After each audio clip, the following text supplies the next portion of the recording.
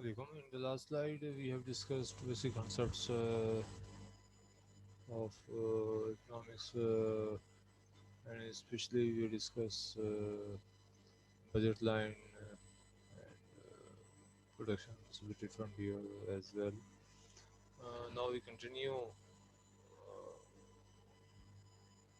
in this lecture uh, about graph and equation. I hope you have some idea.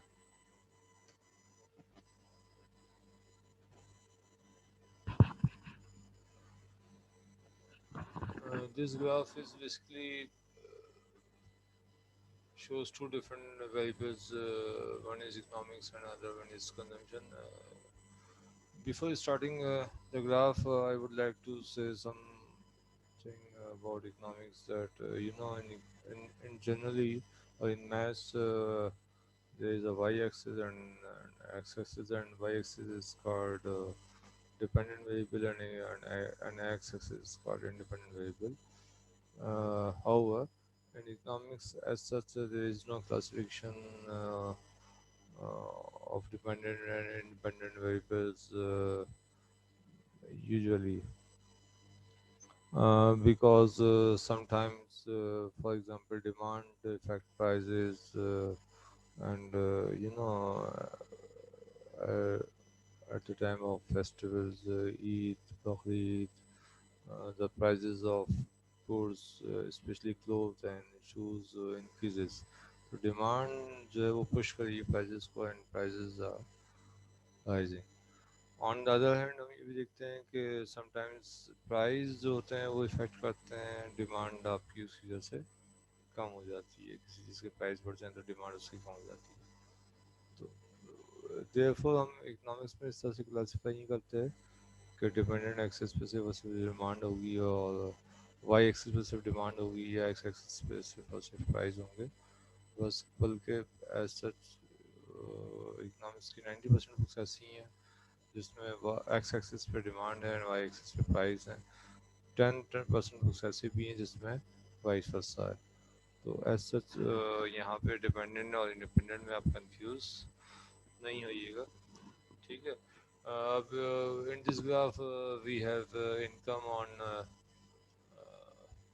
x-axis and consumption is on y-axis. As income increases, consumption also increases, which represents here in table. When income is 0, consumption is 50. When income increases from 0 to 100, and then 200, and finally increases to 400. Then consumption also increases. When income is 0, consumption is 50, and then as income increases to 400, consumption also increases to 50. Thus, there is a positive relationship between income and consumption. You may raise the question that why consumption is positive and income is 0. Uh, since consumption is a very uh, necessary item, uh, despite of income is 0, the person either uh, will borrow or use his past saving or sell their resources to buy necessary food item or consumption. Therefore, even income is 0, then consumption is positive. अब अगर हम इन points को हम plot कर लें तो it becomes graph. You have different approaches to represent a theory of economics or social sciences. One is table, other one is graph, and third one is equation. Also, fourth one is your explanation. In economics, usually we use graph and its explanation to against some concepts or definitions or laws. Therefore, it is understood that if I discuss, I asked, for example, about law of demand, then it is assumed that you have to plot a demand curve. However, examination point of view, I try to, you know, mention clearly that you need to draw a graph. However, if you see that graph is required, then you have to draw it. Therefore, in economics, you need a good practice to draw graph. uh,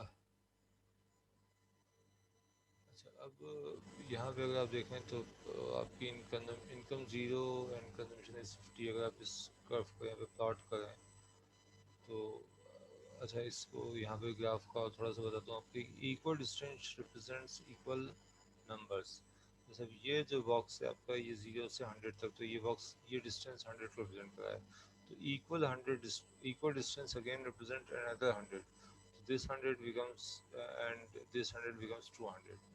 again इसमें आप ये equal distance set करेंगे, ये equal distance जो है वही 100 को represent कर रहा है, तो इस 200 में जब 100 करेंगे तो it becomes 300। Again, equal distance of 100 added to 300 becomes 400। तो ये equal distances जो हैं वो equal number को represents कर रहा है। Similarly यहाँ पे भी पोजीशन आपके पास आ रही है, ठीक है। तो हर बॉक्स जो है वो आपके 100 को रिप्रेजेंट कर रहा है। अब फर्स्ट कॉम्बिनेशन आपके पास 0 एंड 50 का आ गया। व्हेन इनकम इज 0 तो 0 इस पॉइंट पे ओरिजिन, ये इनकम आपके पास और 0 यहाँ पर है। कंजम्पशन कितनी है आपके पास 50, ये पॉइंट आ गया। सेकंड पॉइंट लिया 100 इज़ 100, इनकम भी 100 है एंड कंजम्पशन भी 100 है, तो आपने ये पॉइंट प्लॉट कर लिया इसको। फिर आपके पास ये लास्ट पॉइंट आप ले रहे हैं 400 and 250। Income is 400 and consumption is 250। 250 जो होगा बिटवीन 200 एंड 250 के दरमियान होगा। तो आपने ये लाइन और ये लाइन आपने ड्रॉ की, तो ये पॉइंट आ गया आपके पास। इन तमाम पॉइंट्स को प्लॉट करें तो becomes A B C D E. ये आपने लेबलिंग यहाँ पे की हुई है, यही लेबलिंग यहाँ पे आ जाएगी और ये आपके पास एक कर्व आ जाएगा। और ये कर्व जो है ये कहलाएगा आपके पास पॉजिटिव स्लोप कर्व, या ये कर्व शो करेगा आपके पास डायरेक्ट रिलेशनशिप का। कैसे शो हो रहा है? ये शो ये हो रहा है कि as income increases consumption also increases. ये टेबल में भी शो हो रहा है as income increases consumption also increases and vice versa. अगर हम यहाँ से रीड करना शुरू करें बिलो 400 से, तो as income decreases from 400 to 0, consumption also decreases from 250 to 250। So either variables are moving positively or negatively. Point is that if both variables are moving in the same direction, then it is called positive slope curve, or the relationship is called direct relationship।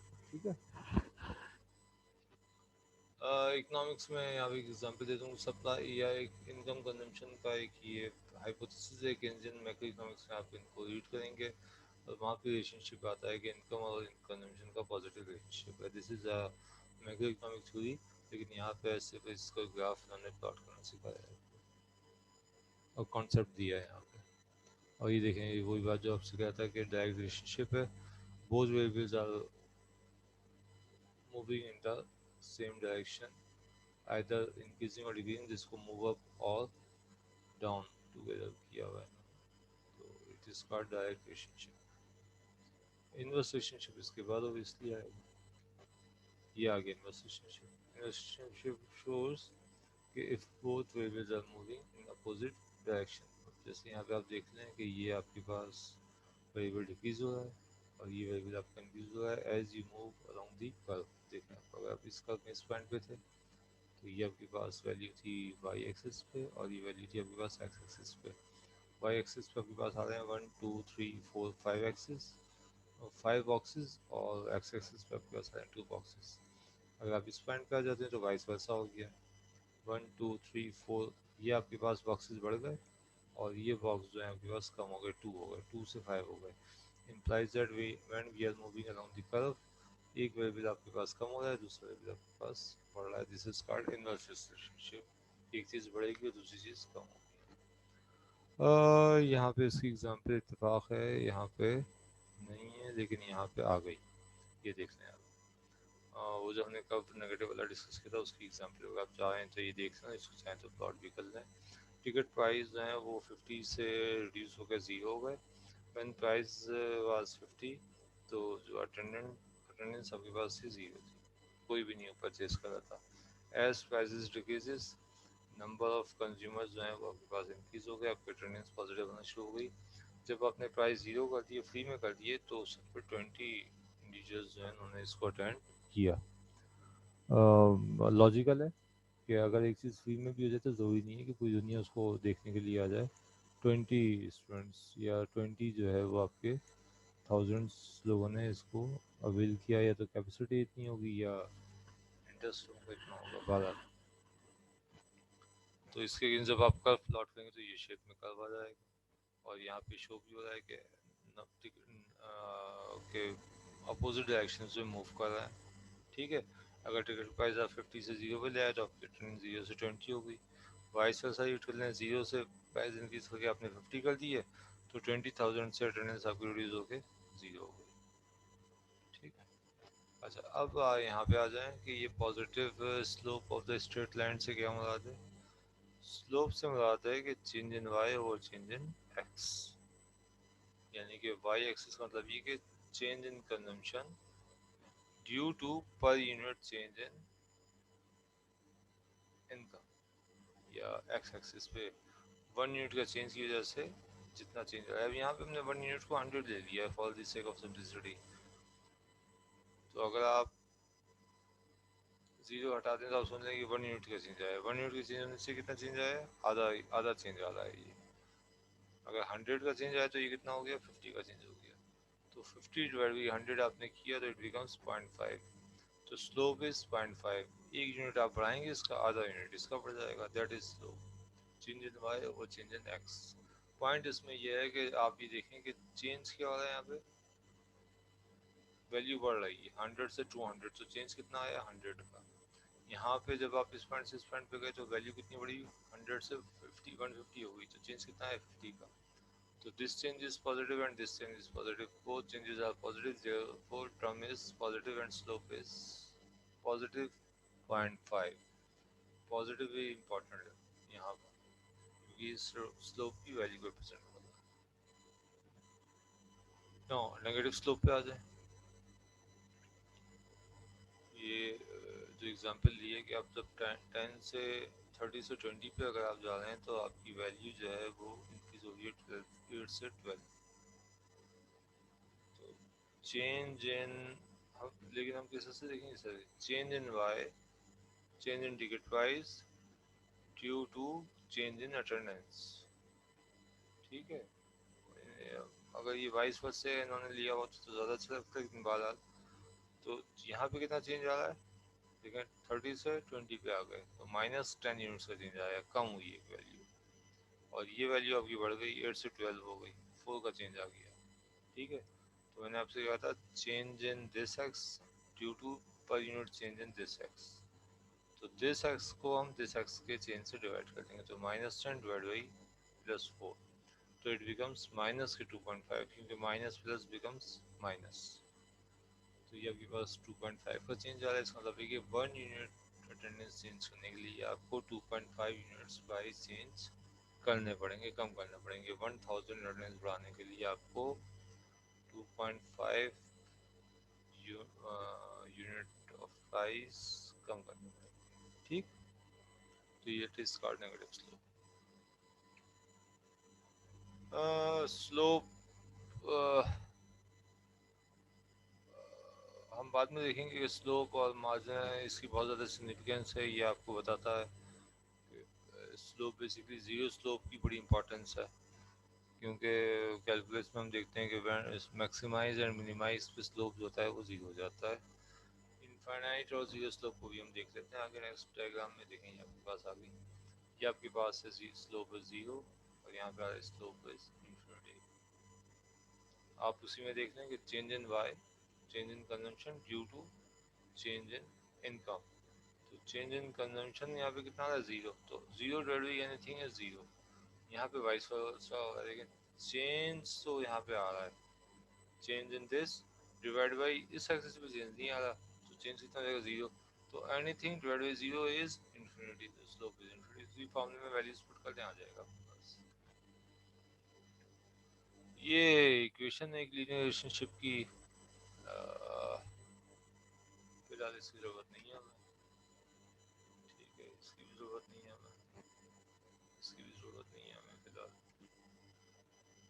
ये फिलहाल आप इसी की practice कर लीजिए।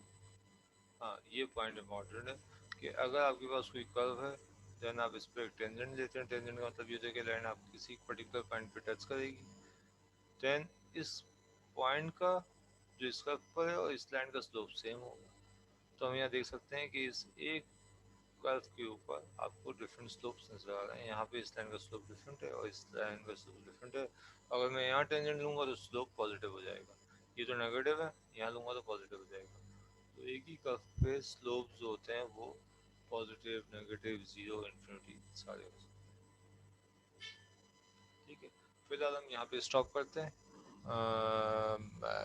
Book के appendix में आप जाइएगा चैप्टर वन के, end of the PDF already has been uploaded on your LMS. Just go chapter end of the chapter. You can find appendix there and also exercises. For your practice, you choose some exercises and plot the curve and identify the slopes. This will help you in this course. And if you will, uh, and if you will attend the other course, that is quantitative method or stats math course, then it will also be you in that course. Thanks.